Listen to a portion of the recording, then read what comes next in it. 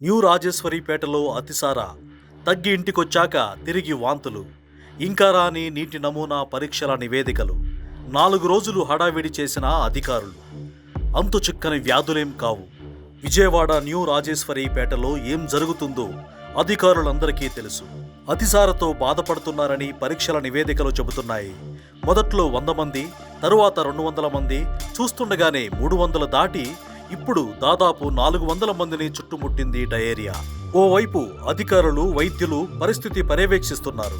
Diarrhoea లక్షణాలు ఉన్నవారిని ఆసుపత్రికి తరలించి చికిత్స అందిస్తున్నారు. పరిస్థితి మెరుగుపడి డయేరియా నుంచి బయటపడిన వాళ్ళని డిశ్చార్జ్ చేస్తున్నారు. కానీ అలా ఆసుపత్రి నుంచి ఇంటికి వచ్చిన వాళ్ళకి మళ్లీ వాంతులు అవుతున్నాయి. పరిస్థితి తిరగబడుతోంది. ఇదేదో అంతుపట్టని విషయం కాదు, ఖచ్చితంగా మానవ తప్పిదమే.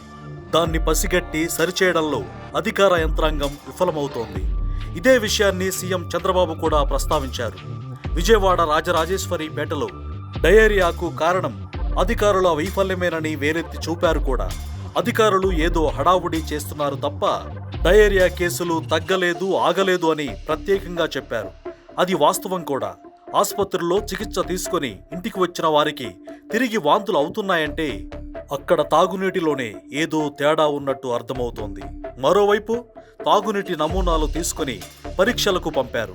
వాటి రిజల్ట్ ఏంటో తెలీదు. చుట్టుపక్కల మాంసం దుకాణాల్లో ఎలాంటి మాంసం అమ్ముతున్నారో పరీక్షించడం లేదు. అసలు మూలాలేంటో కనుక్కునే ప్రయత్నం చేస్తే అతిసారను అరికట్టవచ్చు. కానీ ఆ ప్రయత్నమే జరగడం లేదు. బాధితులను ఆసుపత్రులకు తరలించడమే తమ విధి అన్నట్టుగా అధికారులు ప్రవర్తిస్తున్నారు. చేతులు దులుపుకుంటున్నారు.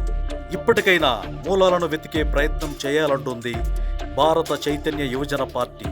ముందుగా తాగునీటి సరఫరాలో ఏదైనా సమస్య ఉందేమో, పారిశుద్ధ్యం సరిగా లేదేమోనన్న విషయాలపై ఫోకస్ పెట్టాలని ప్రభుత్వాన్ని నిలదీస్తోంది భారత చైతన్య యువజన పార్టీ.